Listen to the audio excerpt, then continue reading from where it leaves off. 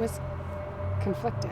Why would you be conflicted? Because I felt like I was taking a life, and I couldn't handle it any longer. I didn't want the constant reminder of what happened.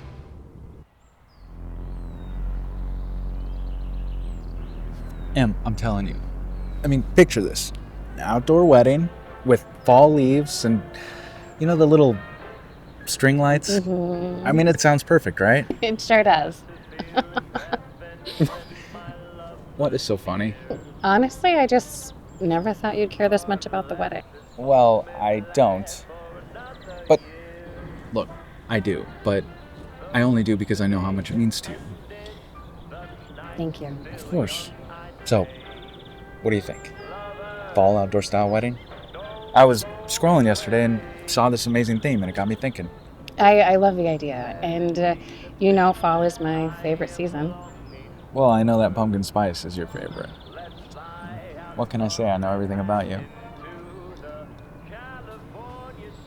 Yeah. So, September. We need to set a date.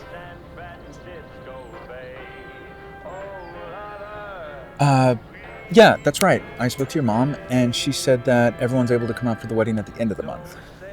Perfect.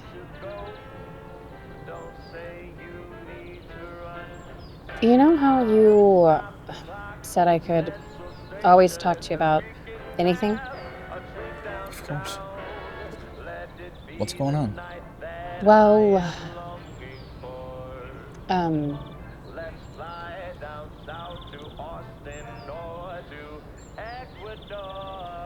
What's up, Em? I don't really know if I want a big wedding. But where's this coming from? I thought you always wanted to have everyone you know there. Yeah, it sounds fun. I just don't know. It might be too much.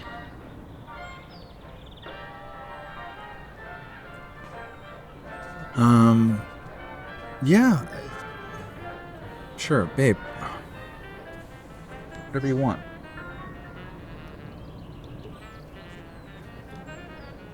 And what do you want? Honestly, I don't know.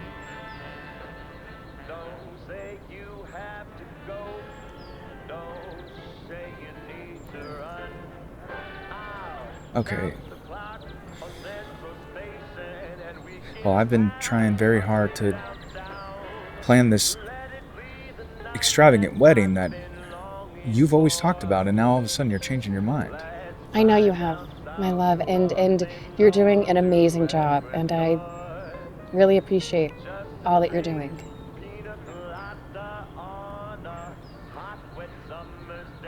I don't know.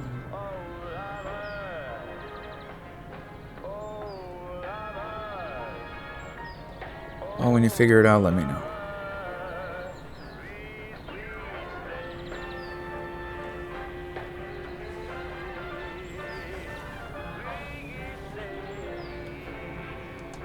I need to get going. The boys and I have guys' night tonight. Yeah. Great. Have fun.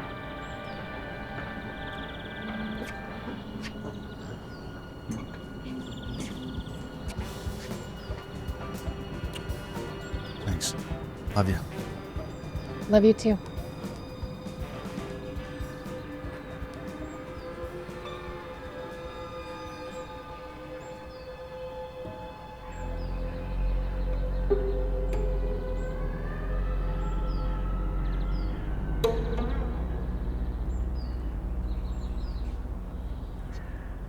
Hey. Hi.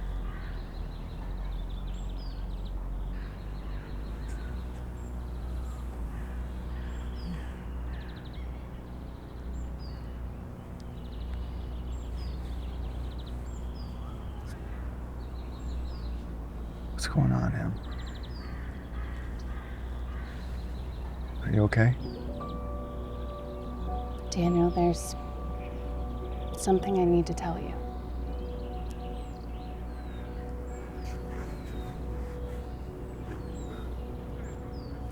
Okay.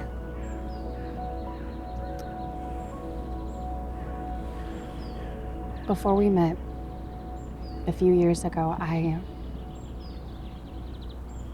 had an abortion.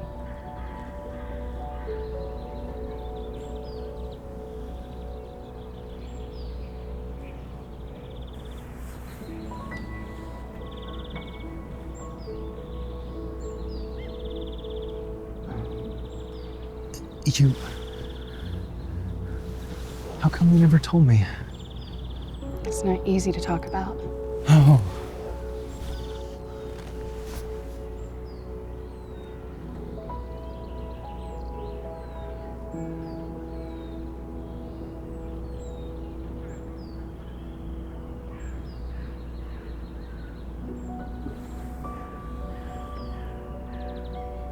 It's okay, Emily.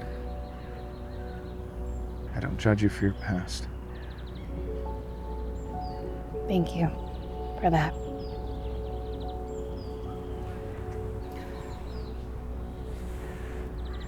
When I was 17, I was invited to a college party, and I thought it sounded fun. So I went. I had a couple of drinks, not a lot, not any more than I would usually have. All of a sudden, I was more drunk than I'd ever felt before, and I couldn't control my body and kind of passed out. It sounds like somebody drugged you. Yeah, I think so, because I wasn't fully out and was somewhat conscious. While I was laying there on the couch, someone came in and started kissing me. And I tried to stop him, but I couldn't move. And before I knew it, he was on top of me, and Daniel, he was me.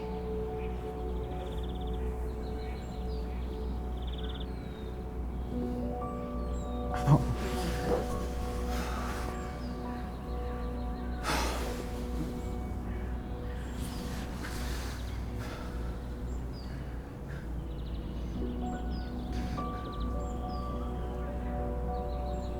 I'm so sorry.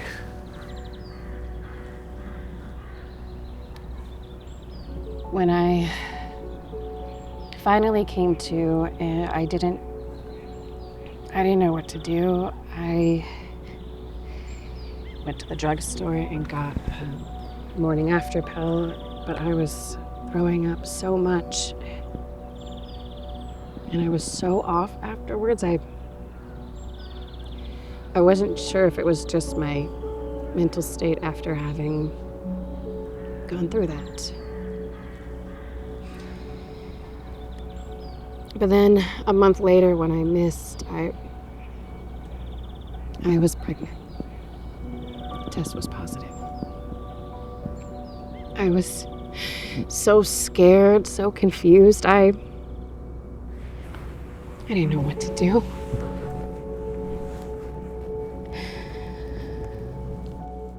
So, you decided to get an abortion? I struggled with the decision for a week, and it wasn't that I wanted to carry that monster's baby, but I was conflicted. Why would you be conflicted? Because I felt like I was taking a life, and I couldn't handle it any longer. I didn't want the constant reminder of what happened, what he did to me, and what he took from me. And so I decided to get the abortion.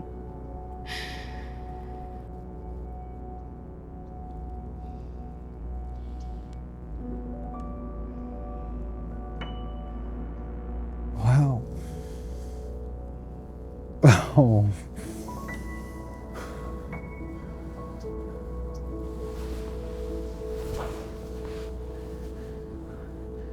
I'm so sorry, Emily.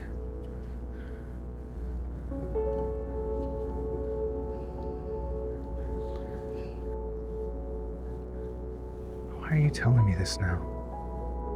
Because I love you. I want to marry you, and I don't want secrets between us. It wasn't an easy decision. I was alone, terrified, and afterwards I felt so empty, so shameful. I've been carrying this for so long. Why didn't you tell me sooner?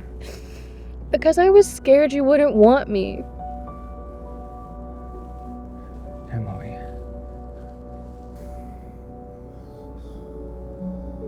Emily.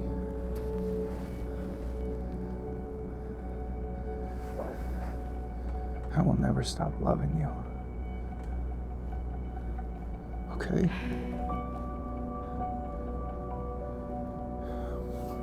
I just don't know what to say right now. Okay, I don't know what to say.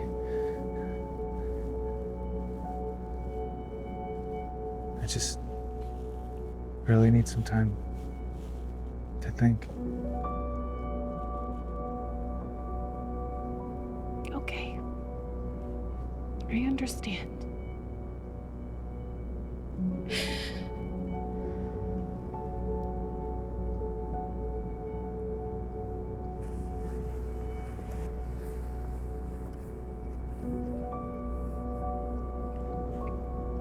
Please, help him to understand.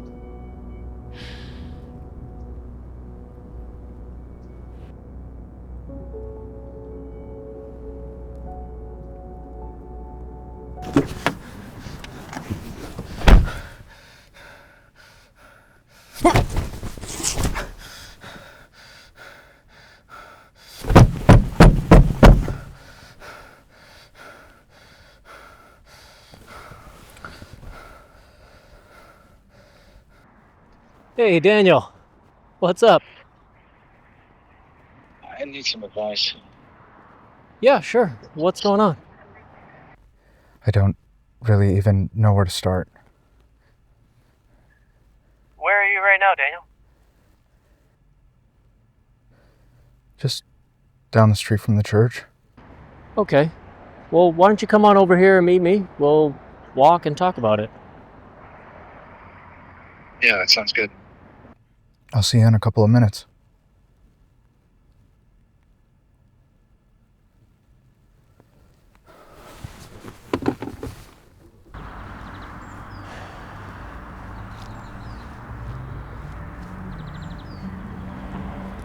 Daniel. Hey. How are you? So good to see you. What's going on?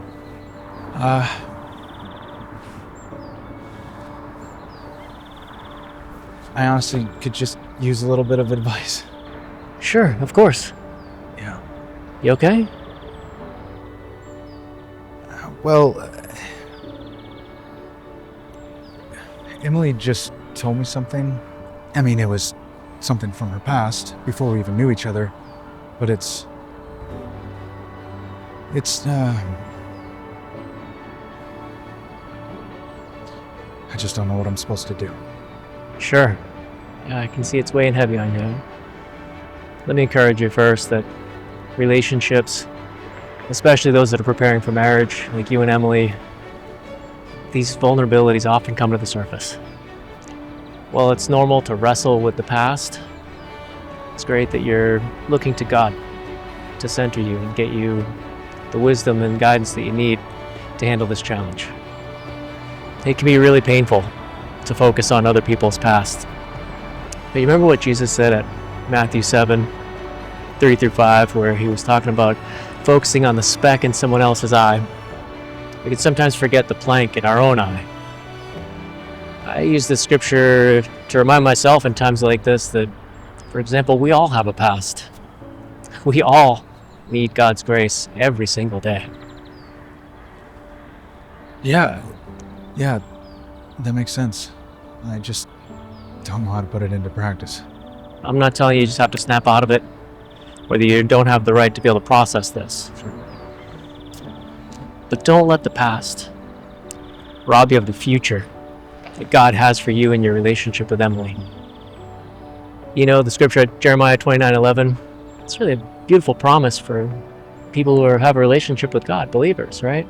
It says, I know the plans I have for you, to prosper you, plans for a future and a hope.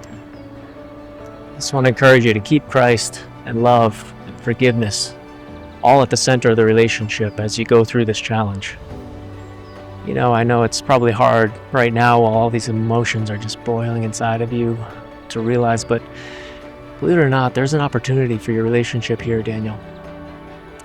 You guys could come out stronger on the other side of this than when you started.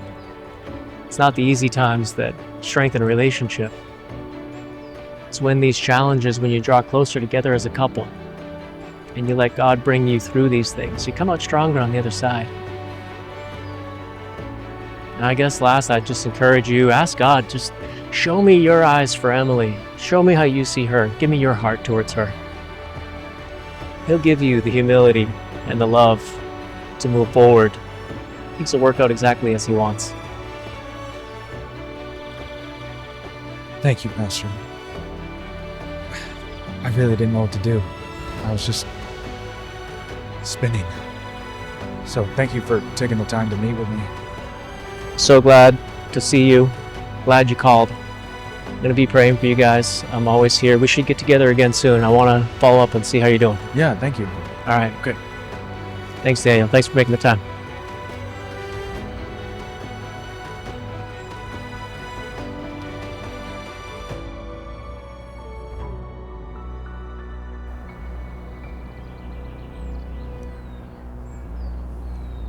I was angry.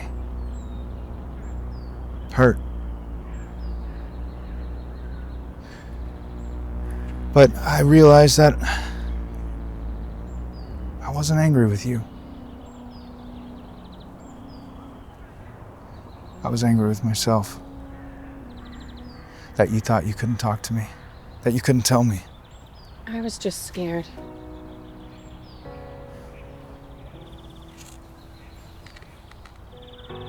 There is nothing from your past that will make me stop loving you, Emily.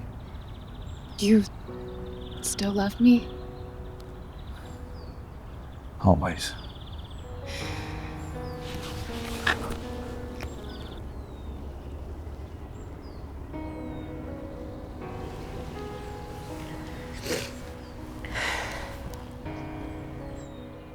Love is patient. Love is kind. It does not envy. It does not boast. It is not proud. It does not dishonor others. It is not self-seeking. Love is not easily angered. It keeps no record of wrongs. Love does not delight in evil, but rejoices with the truth. I know that both of you are loving and joyous people. You love and respect those who have cared for you, and you love and respect each other. I know that between the two of you, you will create a loving home full of wonder and excitement.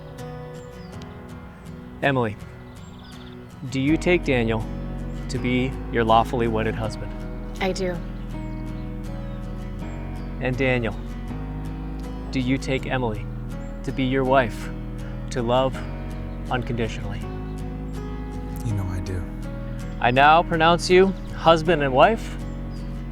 You may kiss your bride.